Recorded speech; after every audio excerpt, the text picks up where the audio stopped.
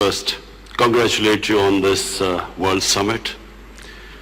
I'm so pleased that in the Muslim world also we've started summits like this where ideas are exchanged, intellectual activities promoted.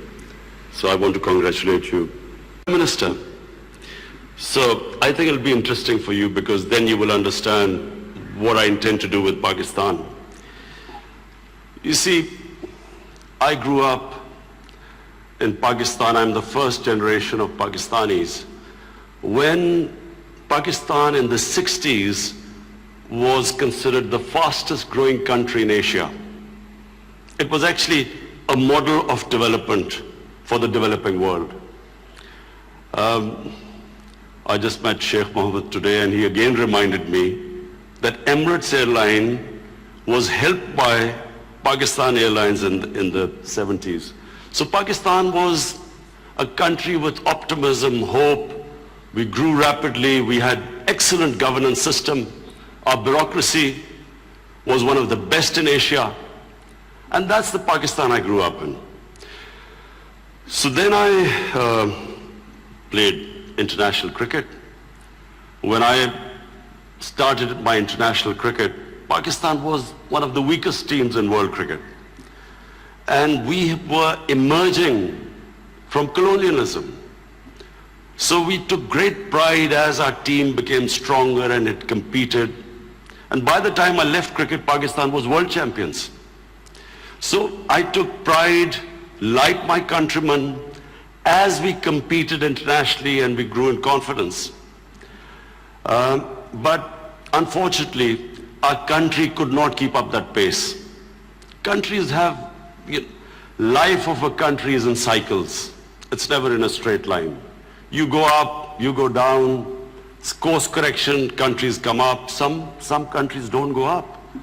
So in Pakistan's case, we were going up, and then various things happened when we started our down cycle. So when I left cricket, I started building the first cancer hospital in Pakistan. Reason was because my mother died of cancer. And it's then I realized there was no cancer hospital in the whole country. And then it occurred to me that people like me who were well off, I could afford to take my mother for treatment abroad. But what happened to the common man? Cancer is one of the most expensive treatments. So I started this movement really. I went into the public to collect money to build this hospital. And so I'm just explaining to you how I got into politics. So one was cricket, watching our country go up as a cricketing nation, the pride that we could compete internationally and become world champions. Second was this cancer hospital. When I went to the public to collect money, I realized that our people are very generous and strong. Poorest of the poor people supported me. And I did what no one ever thought would happen is that from public I eventually collected money and built the hospital. And not just that I built it. It's a cancer hospital where 80% of patients get free treatment. Cancer treatment is one of the most expensive treatments. So then first I built it, and then to run the hospital, I again went to the people. And so it is the only private cancer hospital in the world which treats 80% people free, because it's the people who donate to the hospital. They built it, they run it. So I kept thinking, why is it that people are so generous to build a hospital and run it, but why don't they pay taxes? We were a country, and then I discovered we're a country which is amongst the top 5 countries in giving charitable donations. But at the same time, we are right at the bottom in giving taxes. And the reason was that people did not trust the government. They thought that their taxes were wasted by the government. It was spent on the lavish lifestyle of the ruling elite. So why would people pay taxes? And of course, then the levels of corruption, because corruption is basically stealing taxpayers' money. But there was a third reason why I ended up in politics. And that was, I watched, first of all, I used to play professional cricket in England, so half my year was in England and then half in Pakistan. And I saw how a developed country, how the institutions worked, why they went ahead, how the governments were accountable, how there was meritocracy, and above all, how there was human development, the money spent on human beings. So I could compare what was going on in Western countries, and then I could see what was happening in our own country. But then I also saw other countries develop, and one of them was UAE. I used to play cricket in UAE from 1980 onwards, and I saw UAE kept developing. And then afterwards we saw China develop. So the common thing in all countries that have gone ahead is governance. And governance has two aspects. One is a government has to be accountable. The more accountable a government, the more clean a government, the more successful it is. And secondly, again I repeat, is meritocracy. The better the system of getting the best talent to the top, the better the country. Let me just give you a sporting example. Australia is the most successful cricketing country in cricket history of over 200 years. Because Australia has the best system of bringing its talent up. Pakistan, in my opinion, and I'm not prejudiced, I understand cricket better than probably everyone in this hall. Pakistan has the greatest talent. Of all the countries I've played, I've never seen as much talent as in Pakistan. But we do not have a system of bringing that talent up. So what's the point of having great talent if you do not have a system of meritocracy which brings the talent up? And that's in every field. In the 60s, the reason Pakistan went up, because our civil service exam was the toughest. It was the most, all the young people wanted to go into Pakistan civil service. It was the toughest exam, we had the best talent that came up, and in 60s, the reason we progressed, one of the main reasons, was a civil service of very high quality. And gradually, as our system of merit went down, so did the country. So, I wanted Pakistan to go up. And as I said, I saw UAE going up. The way each year you came, it changed. It got better and better. And similarly, and of course the greatest example is China. For me, the thing about China which is just remarkable, no nation in the history of mankind has done what China has achieved. In 30 years, they have brought 700 million people out of poverty. It is just a phenomena which has never happened in human history.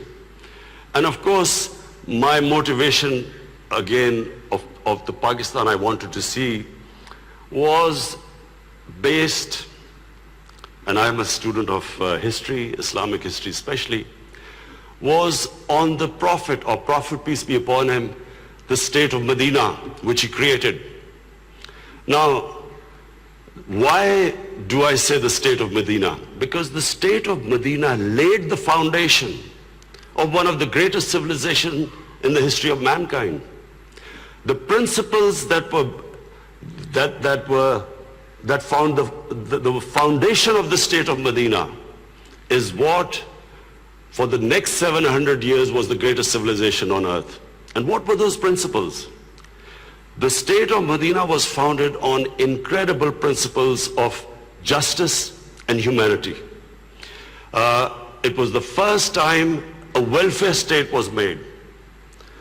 A state that took responsibility of the weak. What China has done right now.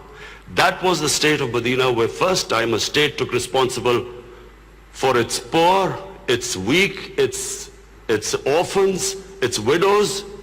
In the state of Medina, the first time pensions were created. Old people were also, it was a humane state. And secondly, there was justice, rule of law. These were the two main things. And the third thing, the Prophet of Islam, peace be upon him, made seeking knowledge a sacred duty. The word was that even if you have to go to China to seek knowledge, you must. Those days going to China meant not coming back. So the emphasis on seeking knowledge. For the next 700 years, all top scientists were Muslims. And that was the state of Medina. It laid that foundation. And then the way minorities, other religious people were treated. The Prophet signed famous, the Misaq-e-Medina. There's still a letter in St. Catherine's Church which was signed with the Christians that your places of worship will be, till the end of time, they will be protected by Muslims. Secondly, that no forcible conversions would be in Islam. Thirdly, the Prophet's last sermon, it is a charter of human rights. It's about how human beings are equal. So it was a humane state created, rule of law, emphasis on education, that led to the growth of Muslim civilization. So this is, in Pakistan, we want the same basis of our state. The rise of what I believe, the way our country will rise, it will go back to those principles. We must, number one, have rule of law, everyone equal before the law. State must be accountable. We must have a welfare state where the state must take responsibility of its poor people.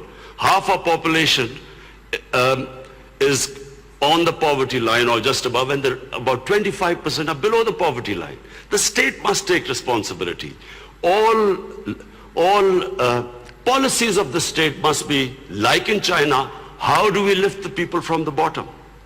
And the most important thing is that we must, in Pakistan, start a reform program. Reforms are painful, but it is essential if we have to get out of our current problems. So, first of all, I joined politics in '96.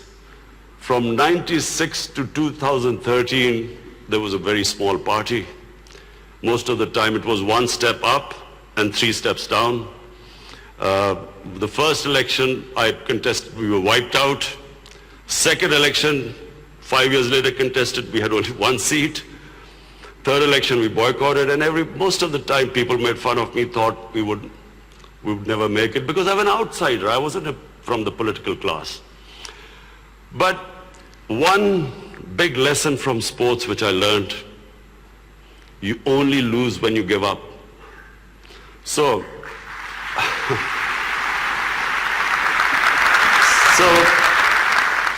kept learning from my mistakes, kept getting up, falling, getting stronger. Eventually we formed government in one of the 4 provinces in 2013, and it was the KP province which was devastated by war on terror. It was on the border of Afghanistan, the tribal areas, the whole fighting took place in that region. The police was devastated by attacks. We had 70% of industry closed, and KP has reputation that they only give you 1 chance. Each government comes once, it's ousted the next time. So we came in a coalition government and we started our reform programs. First of all, we started spending money on human development, health and education. Secondly, we did, first time in Pakistan history, no party had done before, we started spending money on climate change. Pakistan is about 8th in the countries that are most vulnerable to climate change. So we took this ambitious mission of planting 1 billion trees in 5 years. And then we reformed the police, depoliticized our police, depoliticized our bureaucracy, and then started tourism. Because KP has a lot of tourist sites. It has was the center of Buddhist civilization, so religious tourism, but we have the best mountain scenery there. So anyway, by the end of 5 years, we had half poverty in those 5 years. The poverty had gone half. And a province which never gave you a second chance, we came back with 2/3 majority in 2018. Not only did we win there, then we formed government in the last election. We got 17 million votes, which is the highest ever won by a party. And so now we have our reform agenda. And as I repeat, reforms are painful.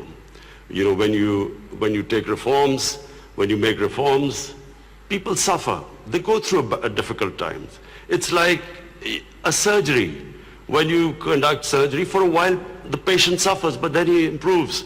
The worst thing that can happen to a society is that you keep postponing reforms because of the fear that you will have opposition, the vested interest will stand up, and you don't do reforms. So we've started on an ambitious reform program. That's number one. We are trying to change improve all our economic policies. We have trying to cut down our fiscal deficit. We are trying to improve exports, cut down our imports. We have unfortunately had to raise bills because we came up with, when we got into power, we had massive fiscal deficit and current account deficit. So we are doing that.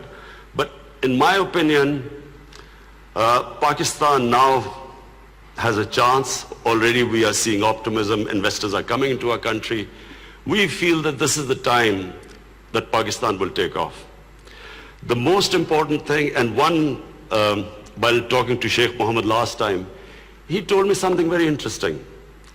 He said that you must allow businesses to make money. Investors must make profits. And the reason is simple. If people don't come into business for charity, they come into business to make money. So if they can make money, more people come and invest. So this is what we've done. We have started working on ease of doing business, making it easier for people to do business, easier for the investors. We are changing our tax laws, which were very cumbersome. So we are conducting a series of reforms. And already we're seeing the signs of the country improving. But most important, Pakistan has the best tourist potential. At the moment, we have hardly any tourism compared to other countries. But Malaysia, with just beach tourism and resorts, Malaysia has $22 billion it makes from tourism. Turkey, with beach and historical sites, beach tourism, Turkey has $42 billion from tourism.